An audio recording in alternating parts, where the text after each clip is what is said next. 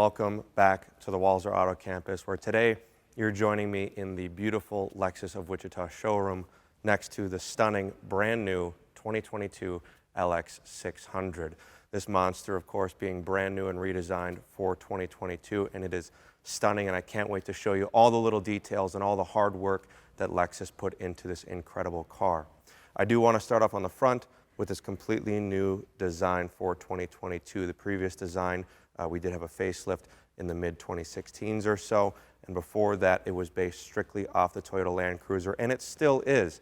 However, if you are looking for that Land Cruiser reliability and off-road prowess in a more luxurious package, this is going to be your option, and your only option, in fact, as the Toyota Land Cruiser product is no longer available for us here in the United States. So if you're looking for that reliability that you expect out of Lexus and Toyota product with a lot of luxury and off-roading prowess, this will be your specific car. So on the front, of course, this wonderful Lexus waterfall grille. Again, a kind of a controversial topic for these cars. However, Lexus has always been on the forefront of automotive design from my experience and the experience of everybody who loves owning these cars. And so while this might be a bit of a statement piece, I think it fits this vehicle rather well. Also on the front, you'll have the tri-beam signature headlights along with this, what has become well known as a Lexus daytime running light. It looks absolutely incredible. Moving down, you do have fog lamps down here on the front end to add a lot more visibility. And then underneath the hood, you will have a brand new 3.5 or 3.4, jury's still a little bit out on that, twin turbo V6. We did lose the V8 that Lexus and Toyota have used for so long, but very, very good things to come when you do decide to fill it up at the gas pump. The old V8 combined city and highway was at 14 mpg. This new twin turbo V6 is going to have 19 combined mpg. And while that doesn't sound like a massive jump up, previous owners of this car will surely experience that savings at the pump. So very excited for that. You can expect the same longevity and same reliability. 250,000 miles, 300,000 miles, 350,000 miles for these cars are expected and can be well-deserved out of these. Moving along the side of the LX, the first thing you'll probably notice will be the beautiful 22-inch wheels. This is the luxury that we have here, so this is kind of sitting in the middle of their 5 lineup. You'll have the LX, the Premium, the Luxury, the F-Sport handling, which is a first for this vehicle, and then the Ultimate. That Ultimate one will just be a 4-seater vehicle, which we'll get to when we talk about more of the interior trimmings and options, but some wonderful 22-inch wheels. As I step away from this beautiful eminent white pearl paint, you'll notice just how massive this vehicle really is. I am 6'1" 3/4", can't legally say I'm 6'2", but even this thing in its lowest air suspension setting, of which you have 4 choices, it's still significantly taller than me. We did have it up in the highest setting, which I do plan on showing you a little bit later on, but you do get about 4 more inches of verticality there, so wonderful options. Things I'm noticing on the outside, some nice white painted mirror caps with black paint along here. So unlike some other automotive manufacturers that just have black plastic along here, this is painted, so it does add to the overall luxury and beauty of the vehicle. You do have blind spot monitoring, of course. And one thing that I do particularly like is as I go to enter the vehicle, a rather large body on frame, no less, I can simply just slide on in. And that's something that is rather unique for these cars that a lot of people will understand, is when you're getting into vehicles that are typically very, very tall, like these body-on frames, your Yukons, your Escalades, your trucks, essentially. It can be difficult to get in without having to use this side step. And then sliding out, simply foot on the ground, and you are out. And of course, once again, this is in the lowest height selected, but something that I found that was very, very nice and not actually expected. Once again, these trucks can be a little high and a little bit difficult to get in and out of, even with someone of my height, but this is a very, very nice experience. So now that I have the door opened, you can see this wonderful tan leather interior, some nice wood detailing as well. I want to concentrate down on the door sills because the Lexus emblem looks rather nice, especially at night. And then on that floor mat, you have a nice little piece of metal welcoming you again. So some very premium materials used, as can be expected with vehicles of this prowess. But I was even talking to a couple of the Lexus brand ambassadors here, and they agree with me that they have used some new materials that are very, very luxurious and very high quality. So let's hop on into the inside and see what the new tech has to offer. Inside the new LX600, it is a very different space from what previous Lexus owners and people who have looked at Lexuses have expected in the past. We finally have some new technology in the form of this wonderful touch screen display, and that is important, especially for people who have been fans of Lexus and have owned these cars and love these cars for many, many years. Gone are the days of the mouse pad that you used to have, and you finally have this wonderful, massive touchscreen. Very easy to get along with, nice and responsive. You do have Apple CarPlay, which of course, if you've been watching our videos, you'll know that this is a massive touch point for me, because I feel that if a car does not have a very good Apple CarPlay integration, it's really not all that useful, especially with Apple's new launch of iOS 16 and what's coming with their full digital displays within vehicles. Eventually your Apple CarPlay will be in front of you, it'll be on this screen, it'll be on your passenger screen, it'll be everywhere according to Apple. So I feel that the vehicles that have this and the manufacturers that are working on this well are going to be ahead of the curve quite a bit. So a beautiful display here. This Lexus tab will of course bring you back into your Lexus formatted display. So you'll have radio options, Sirius XM, AM, FM, all very easy to get along with. Now I will warn you, I did turn off one setting, and that is going to be, if I can find it, I already shoved it out of my memory because I didn't like it that much. That's the one thing I really don't like about this. The screen beep. It indicates anytime something is touched. It drove me a bit mad, and so I luckily found it in general accessibility and turned it down. So that is the one thing I did have to change from Lexus OEM.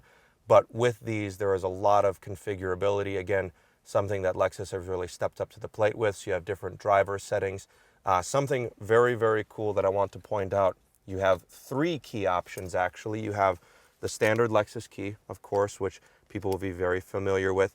You have this new kind of credit card key in which it simply slides in your wallet. You walk up to the car. It works just like this key does, except you don't have the functionality for locking, unlocking, tailgate, or your panic button. And then something I learned from the GM, which is very, very interesting, is that you can actually share a digital key. You'll have a key on your phone, and then simply say that you're out of town and someone wants to use your LX600. It turns out that you guys are best friends, because I don't know who I would let borrow this car if it was mine. But you can just simply share your key, just like you can open your garage from your home, like you can arm your security system. You can then share your key with, again, one of your best friends, and they can use it for an evening out, to haul the family around for a soccer or hockey game, whatever needs to happen. They don't need to go into your house. They just need to go into your garage or your courtyard and then get in with their digital key. So I thought that is very, very forward thinking from this company. Moving down on this display, actually a couple other things I wanted to touch at. Your volume button is right here, and your engine start stop button is going to be right here. An important point that I think we start highlighting where these are in cars, because it did take me a second to find it.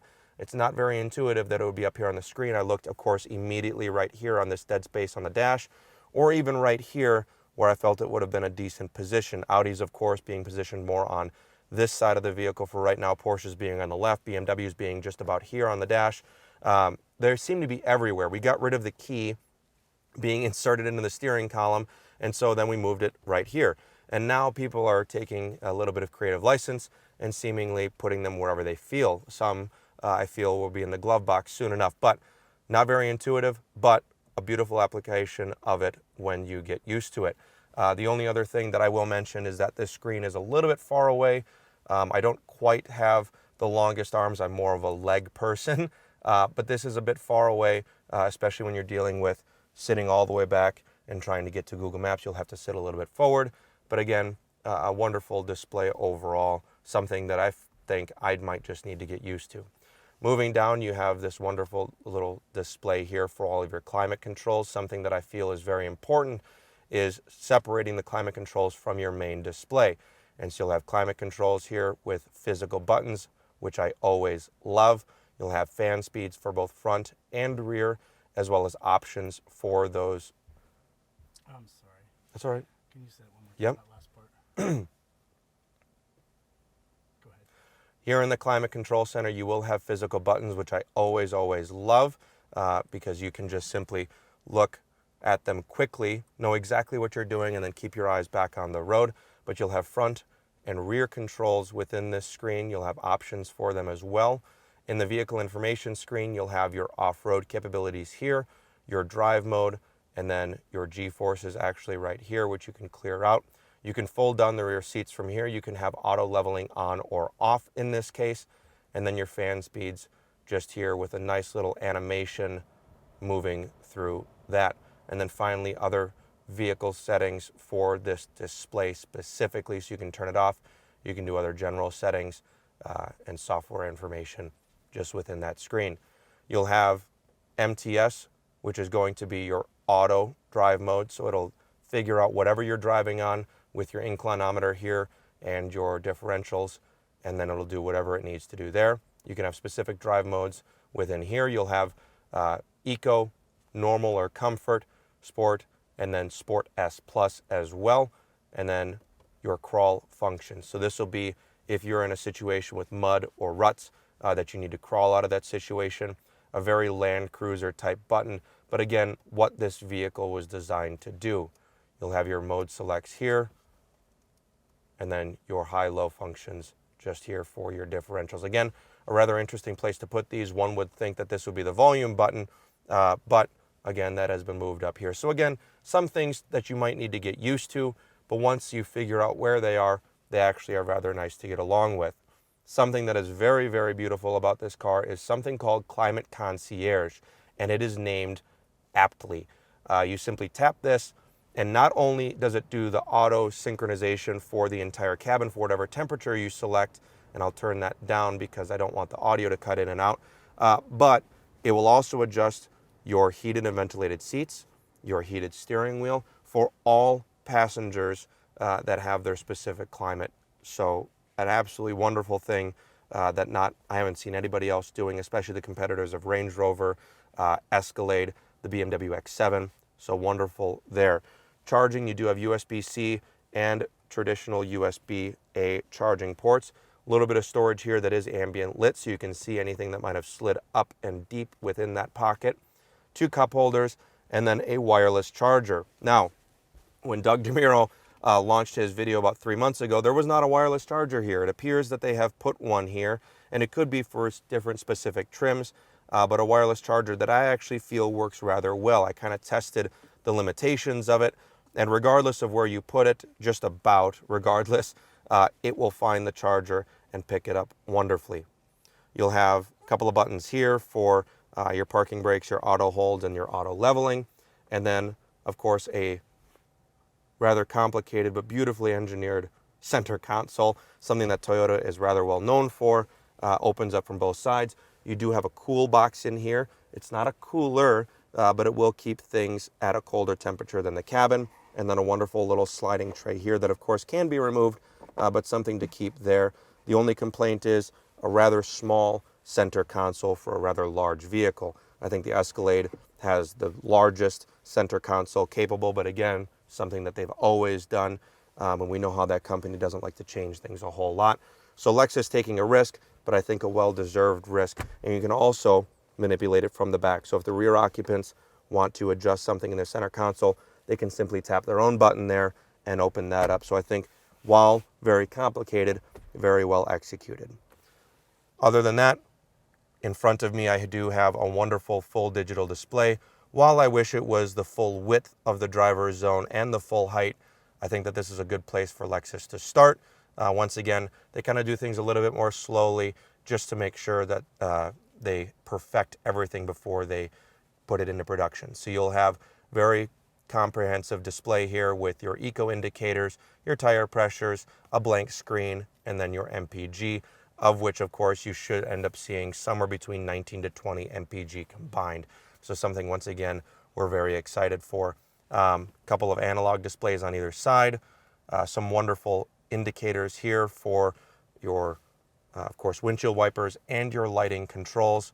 Some nice heavy paddle shifters should you ever use them in this car. And then your driving controls over here for your cruise control, and then screen and audio controls over here. Now, one thing that I do want to mention before I get in the back seat is this is pretty much my driving position. Once again, 6'1 3/4".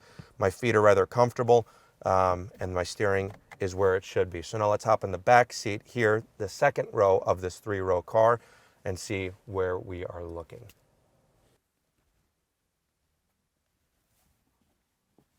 All right. In the second row of the Lexus LX, I'm going to turn my ventilated seat down because, once again, rather loud, but something I do want to talk about. So when you get to this level, this third trim, you'll have heated front and rear seats, as well as ventilated front and rear seats. So that's the differences, the main differences in trim. You'll also have the auto leveling suspension and the 25 speaker Mark Levinson Experience surround sound system. So a wonderful sound system, of course, but something that I feel is probably needed for a vehicle of this size. You'll have your vent controls here for the middle, as well as a digital display, and once again, physical buttons for your temperature commands. So you have different modes, your auto, your fan off, and then your heated and ventilated toggles here for each of the rear seats. Now, I did promise to sit in that seat, and I will by the time I crawl out of here to show you what that rear seat looks like. But you do have a bench seat here, so this is the 5-person configuration.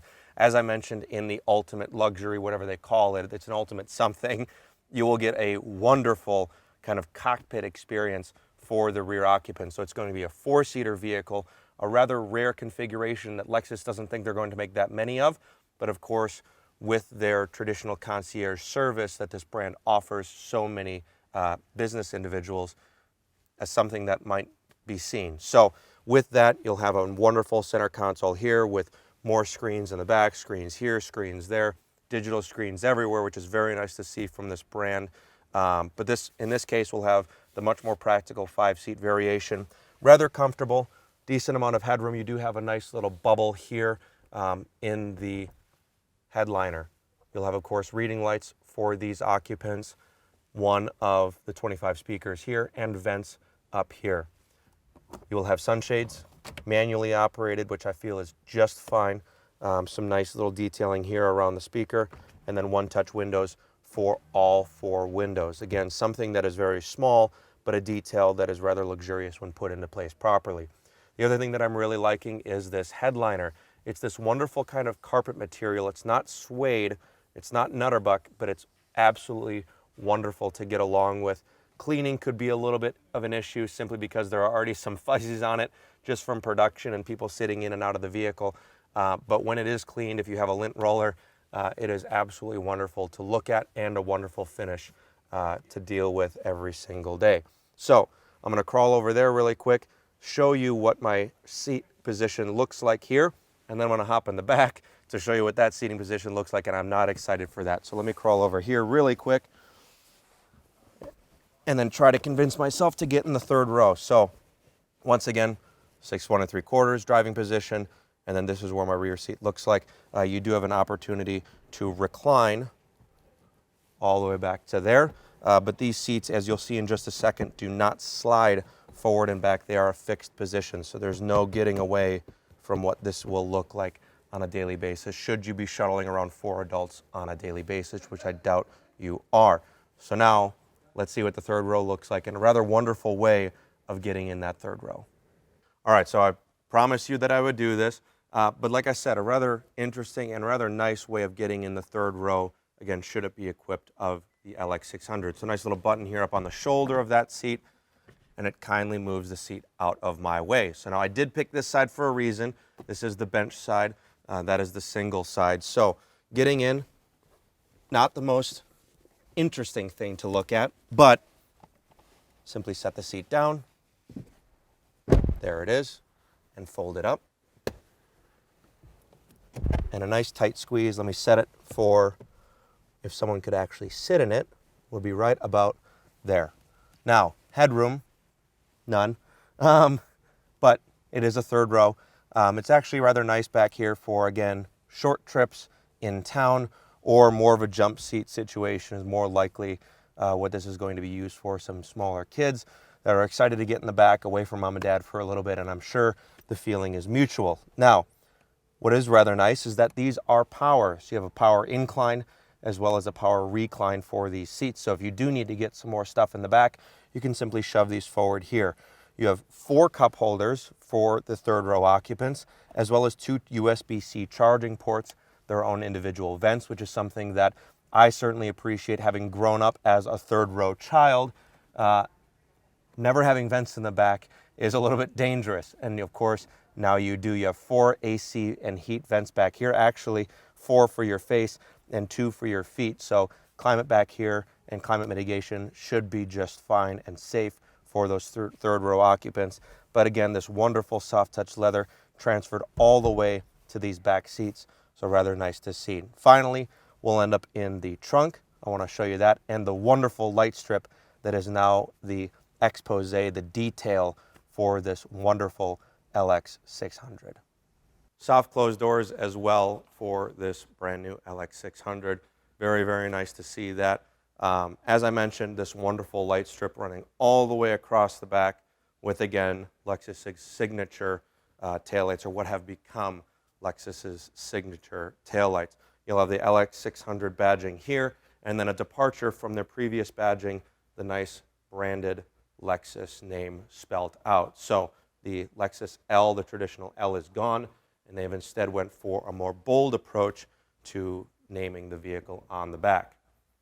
Getting the back open, one nice touch, an audible warning, and then up it opens. Now, again, something that they have departed from is that split tailgate that these vehicles used to have, the event seating that competed directly with that Range Rover product that they've had for so long. I've found that it's actually all right to kind of just sit here on the bumper. So while the event seating, the traditional event seating, is gone, this actually isn't a bad substitute. And it adds for a nice flush rear end when the tailgate is closed. You'll of course have a luggage net here and some accessory pieces that have been ordered along with this vehicle, as this vehicle is sold, regrettably. But we can get these seats folded down. I have the second row seats folded down as well. And this is another main touch point for this vehicle, in that it lays down completely flat. Previously, they would fold up along the sides. You'd lose some visibility. You'd lose some cargo space. But now they have designed these power ones that work wonderfully for a nice flat cargo experience. And then the second seat's folded down there as well. So a rather nice place to store anything that you might need to. Thank you very much for taking the time for watching this quick introductory video into the brand new LX600. If you have any interest in ordering one of these vehicles, you will have to order it. Please feel free to reach out to anybody here at Lexus of Wichita. They'd be more than happy to talk to you about more details about this car, the different levels that you can order, as well as what the ordering process will look like. Again, thank you very much for your time, and we hope to see you soon.